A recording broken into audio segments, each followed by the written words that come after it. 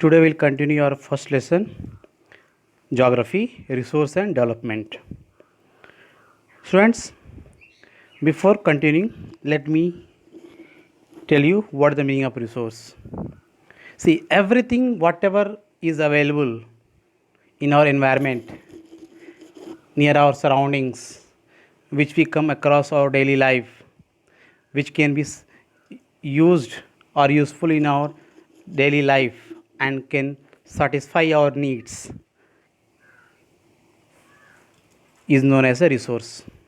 It may be easily available or you have to use technology to make them to use. Now, resources basically classified into natural and human resource. Again, natural resources are further classified into renewable resource, non-renewable resources.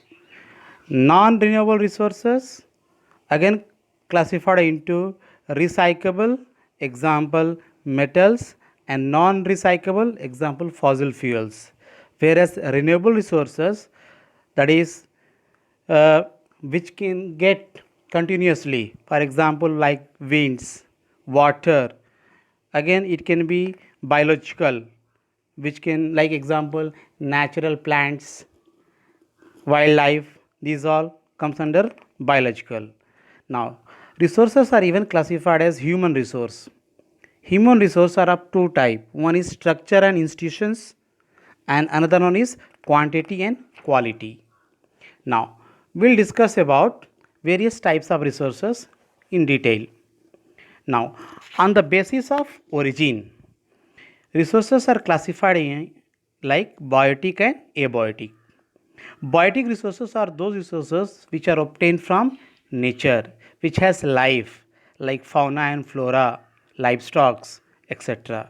Abiotic or non-renewable, non-living resources, which doesn't have life, like rock, metals. These are also naturally occurring, but they are non-living things.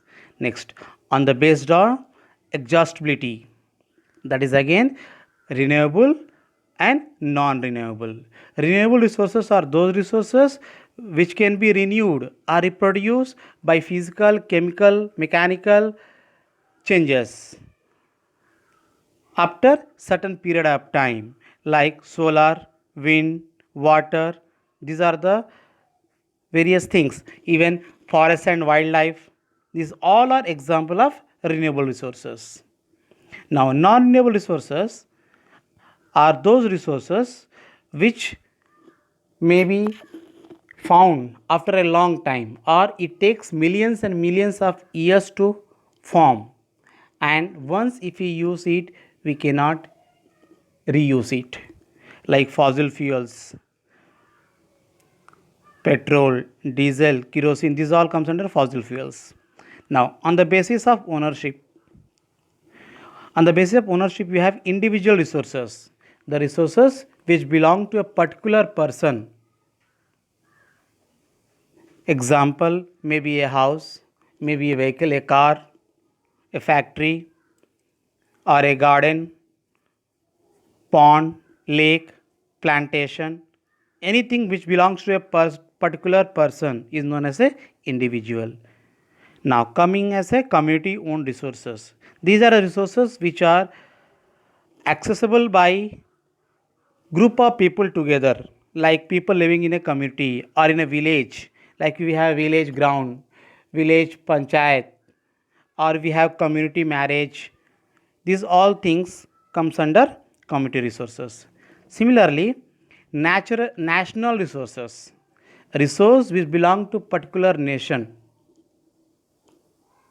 where entire nation people has their responsibility over that, comes under national resources, like minerals, rivers, forest, historical monuments, etc.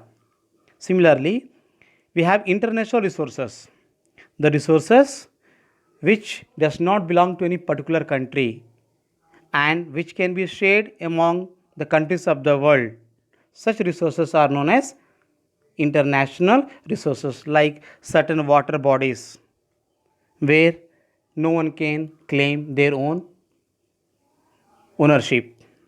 Now, on the basis of status of development, potential resources. Resources which are found in a particular region but still they have not been utilized but can be utilized in future. Like Rajasthan is a state where we have abundant solar energy scope, but still we are using but not in a complete way. In Gujarat also we have a very good source of solar energy. Next, developed resources are those resources which have been surveyed and their quality and quantity have been determined and they can be utilized in future. They can be used by the technology because they may be in various region, various places where we need to use technology. Next, stock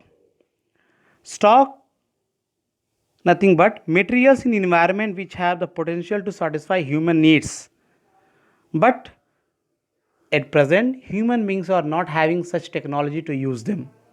Example is a water is a compound of two inflammable gases, hydrogen and oxygen, which can be used as a rich source of energy, but we do not have required technical knowledge to use them, which may be used in the future. So students, that's all for today. We'll continue.